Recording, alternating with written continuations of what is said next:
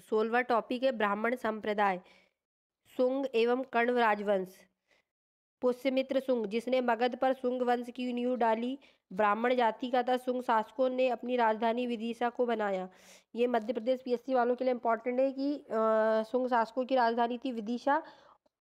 और शुंगों का इसका मैं एक एक्स्ट्रा फैक्ट बता देती हूँ, क्योंकि अभी 2018 में पूछा गया है कि शुंग वंश का संबंध कहाँ से था, तो वो है मूलतः उज्जैन के रहने वाले थे, लेकिन उनकी राजधानी थी विदिशा। इंडो यूनानी शासक मिनांडर ने पुष्यमित्र शुंग को पराजित किया था। पुष्यमित्र शुंग ने 2 बार अश्वमेध यज्ञ कराए थे। इसके लिए पतंजलि ने अश्वमेध यज्ञ कराए थे। भरतपुर स्तूप का निर्माण पुष्यमित्र शुंग ने कराया। ये भी बहुत इंपॉर्टेंट क्वेश्चन है कि भरतपुर स्तूप का निर्माण किसने कराया, तो वह पुष्यमित्र शुंग ने करवाया। शुंग वंश का अंतिम शासक देवभूति था। इसकी हत्या 73 ईसा पूर्व में वासुदेव ने कर दी और मगध की गद्दी पर कण्व वंश की स्थापना की। कण्व वंश का अंतिम राजा सुशर्मा था। कण्व वंश का अंतिम राजा कौन था? सुशर्मा था। तो ब्राह्मण वंश शुंग और कण्व 2 ब्राह्मण वंश थे। ये कण्व वंश 3 मार्कर में 2018 में आ चुका है। इस टाइप से आपको 3 मार्कर के हिसाब से भी पढ़ना रहेगा, लेकिन अब 2024 के सिलेबस के हिसाब से अब 3 मार्कर हट के 2 मार्कर हो गए, तो आप कम से कम 3 पॉइंट डाल सकते हैं उसमें। सातवाहन वंश। सिमुक ने 60 ईसा पूर्व में सुशर्मा की हत्या कर सातवाहन वंश की स्थापना की। सातवाहन आंध्र वंश शासकों ने अपनी राजधानी प्रतिष्ठान गोदावरी नदी के किनारे को स्थापित की। प्रतिष्ठान महाराष्ट्र के औरंगाबाद जिले में है। सातवाहन वंश के प्रमुख शासक थे सिमुक, सतकर्णी, गौतमीपुत्र सतकर्णी, वशिष्ठी पुत्र पुलमामी तथा यज्ञश्री सतकर्णी। अभी 2023 के मेंस एग्जाम में गौतमीपुत्र सतकर्णी आ गया था 11 मार्कर में। 3 मार्कर में तो सब लिख सकते, लेकिन 11 मार्कर में बढ़ा था, तो इस हिसाब से आप इसके कम से कम 8-8, 10-10 पॉइंट ऐसे लिख के चले कि आप 11 मार्कर का क्वेश्चन अटेम्प्ट कर सके। सतकर्णी ने 2 अश्वमेध यज्ञ और एक राजसूय यज्ञ कराया था। सातवाहन शासकों के समय प्रसिद्ध साहित्यकार हाल और गुणांड थे। हाल ने गाथा सप्तशती तथा गुणांड ने वृहत कथा नामक पुस्तकों की रचना की। सातवाहन चांदी, तांबे, शीशे का सर्वाधिक प्रयोग किया। पोटीन और कांसे की मुद्राओं का प्रचलन किया। सातवाहन अपना सिक्का ढालने में जिस शीशे का इस्तेमाल करते थे वे रोम से मंगाया जाता था। ब्राह्मणों को भूमि अनुदान देने की प्रथा का आरंभ सातवाहन शासकों ने सर्वप्रथम किया। भूमिदान का सर्वप्राचीन पुरालेखीय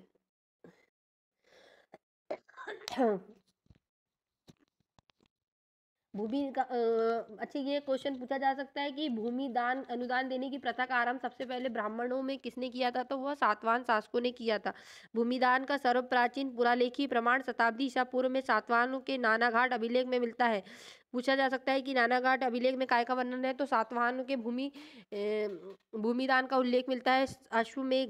अश्वमेध यज्ञ में एक गांव का देने का उल्लेख मिलता है। सातवाहनों का राजकीय भाषा प्राकृत और सातवाहनों की राजकीय भाषा प्राकृत और लिपि ब्राह्मी थी।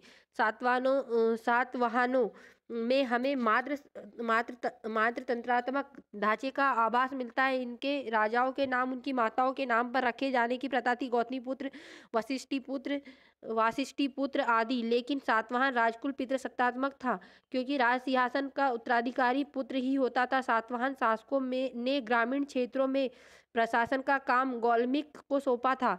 ये भी पूछा जाता है कि गौलमिक कौन है, तो ग्रामीण क्षेत्रों का प्रशासन करने वाले को बोलते हैं। ये कौन से? सातवाहन शासकों के समय। गौलमिक एक सैनिक टुकड़ी का प्रधान होता था, जिसमें 9 रथ, 9 हाथी, 25 घोड़े और 45 पैदल सैनिक होते थे। सातवाहनों की महत्वपूर्ण स्थापत्य कृति कार्ले का चैत्य, अजंता एलोरा की गुफाओं का निर्माण एवं अमरावती कला का विकास है। सतकर्णी एवं अन्य सभी सातवाहन शासक दक्षिणापंथ के स्वामी कहे जाते थे। ये वाला जो पॉइंट है कि सातवाहनों के प्रमुख स्थापत्य कला, ये चारों लाइन को आप 3 स्टार लगाकर याद कर लीजिए कि सातवाहन की स्थापत्य क्या है: अजंता एलोरा की गुफाओं का निर्माण, अमरावती कला का विकास, सतकर्णी व अन्य सभी सातवाहन शासक दक्षिणापंथ स्वामी कहे जाते थे। ये भी पूछा जा सकता है दक्षिणापंथ स्वामी किसे कहते थे। सतकर्णी और अन्य सातवाहन शासक को कहते थे। आंध्र प्रदेश के गुंटूर जिले में स्थित धरणीकोट नामक स्थान पर सातवाहन युग के धान्यकटक नामक नाम से विख्यात है। आंध्र प्रदेश के गुंटूर जिले में स्थित धरणीकोट नामक स्थान सातवाहन युग के धान्यकटक नाम से विख्यात है। यह अमरावती के निकट था। यह कुछ काल तक सातवाहनों की राजधानी भी रहा है। कुछ काल तक इस नगर का प्रसिद्धि के कारण महत्वपूर्ण व्यापारिक मंडी का होना है। तो पूछा जा सकता है कि गुंटूर का धरणीकोट या धारणीकोट क्या था? तो ये व्यापारिक नगरी थी सातवाहनों के समय, और सातवाहनों की राजधानी भी थी। सातवाहन साम्राज्य के पूर्वी भाग में सबसे बड़ी मंडी थी।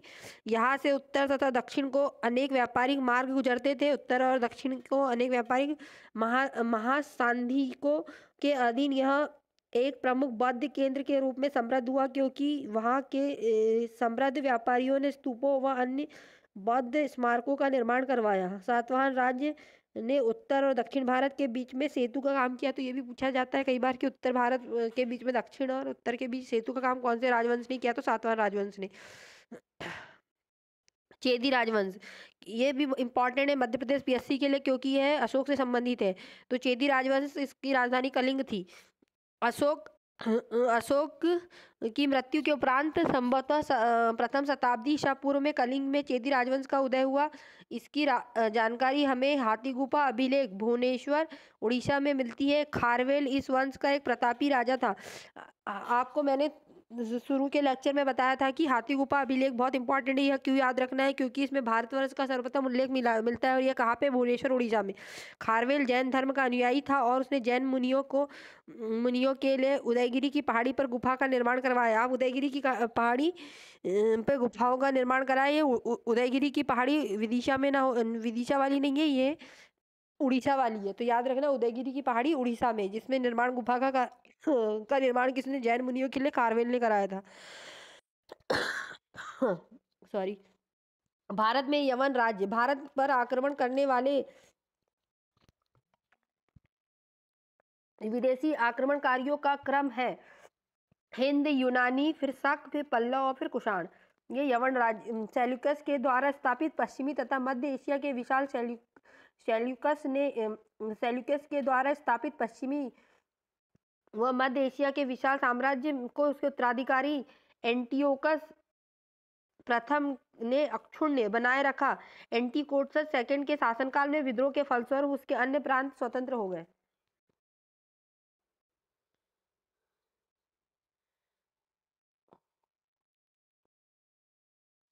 अन्य प्रांत स्वतंत्र हो गए। बैक्ट्रिया के विद्रोह का नेतृत्व डियोडोटस प्रथम ने किया। बैक्ट्रिया पर डियोडोटस प्रथम के साथ इन राजाओं के क्रमशः शासन किया। डियोडोटस सेकंड, यूथिडेमस, डेमीट्रियस, मिनांडर, यूक्रेटाइड, एंट्री अल्किडस और हार्मिक्स है। भारत में सबसे पहले आक्रमण बैक्ट्रिया शासक डेमीट्रियस ने किया। इसने 190 ईसा पूर्व में भारत पर आक्रमण कर अफगानिस्तान, पंजाब और सिंध पर के बहुत बड़े बड़े भाग पर अधिकार कर लिया। इसने साकल को अपनी राजधानी बनाई। इसे ही हिंद यूनानी या बैक्ट्रियाई यूनानी कहा गया। हिंद यूनानी शासकों में सबसे अधिक विख्यात मिनांडर था, जो 165 से 45 ईसा पूर्व हुआ। इसकी राजधानी साकल, आधुनिक सियालकोट, शिक्षा का प्रमुख केंद्र थी। ये बहुत इंपॉर्टेंट है मिनांडर, क्योंकि इसके कुछ सिक्के मध्य प्रदेश से भी प्राप्त हुए, तो इसलिए इसको याद रखना। मिनांडर ने नागसेन नागार्जुन से बौद्ध धर्म की दीक्षा ली। मिनांडर का प्रथम मिनांडर के प्रश्न एवं नागसेन द्वारा दिए गए उत्तर का पुस्तक के रूप में संग्रहित है, जिसका नाम है मिलिंद पनो, अर्थात मिलिंद के प्रश्न या मिलिंद प्रश्न। हिंद यूनानी भारत में पहले शासक हुए जिनके जारी किए गए सिक्कों के बारे में निश्चित रूप से कहा गया कि किन किन राजा। भारत के सबसे पहले यूनानियों ने सोने के सिक्के जारी किए। यही लाइन इस बार सेम टू सेम उठ के आई थी पीएससी के पेपर में 2023 के, कि हिंद यूनानियों ने कौन से सिक्के जारी किए सर्वप्रथम? नहीं, किसने सोने के सर्वप्रथम सिक्के जारी करे? तो ये है हिंद यूनानियों ने। और बहुत सारे बच्चों ने क्वेश्चन गलत कर दिया। अगर आप लूसेंट की एक एक लाइन को ध्यान से पढ़ोगे, इसकी एक भी लाइन फालतू नहीं है, इसकी हर एक लाइन इंपॉर्टेंट है, क्योंकि इस पुस्तक में आज तक जितनी परीक्षाएं हुई सबके इंपॉर्टेंट क्वेश्चनों को लाइन के फॉर्मेट में, वन लाइनर फॉर्म में बनाकर दिया गया है। तो ये बहुत ही अच्छी पुस्तक है, इसकी आप एक एक लाइन बहुत ध्यान से पढ़िए, इसका बार बार रिवीजन करिए। इस आपके कोई भी एग्जाम में जीएस का एक भी क्वेश्चन हिस्ट्री का या कोई भी सब्जेक्ट का गलत नहीं होगा, जो जो इस बुक में सब्जेक्ट दिए गए हैं। हिंदी यूनानी शासकों ने भारत के पश्चिमोत्तर सीमा प्रांत में यूनान की प्राचीन कला चलाई, जिसे हेलेनिस्टिक आर्ट कहते हैं। भारत में गंधार कला का उत्तम उदाहरण है। ये भी इंपॉर्टेंट क्वेश्चन है, क्योंकि इस बार कला साहित्य आया है, तो इस बार मध्य प्रदेश पीएससी में आ सकता है। तो ये पूछा जा सकता है कि हेलेनिस्टिक आर्ट किसे कहते हैं, तो भारत में गंधार कला का उत्तम उदाहरण ही है हेलेनिस्टिक आर्ट, जो हिंद यूनानियों के शासकों ने पश्चिमोत्तर सीमा प्रांत में चलाई थी कला।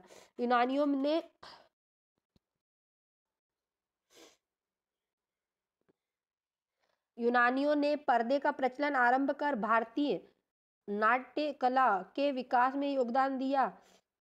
चूंकि पर्दा यूनानियों की देन था, इसलिए यह योनिका के नाम से प्रसिद्ध है। पूछा जा सकता है कि योनिका किसे कहते हैं, तो पर्दे को कहते हैं।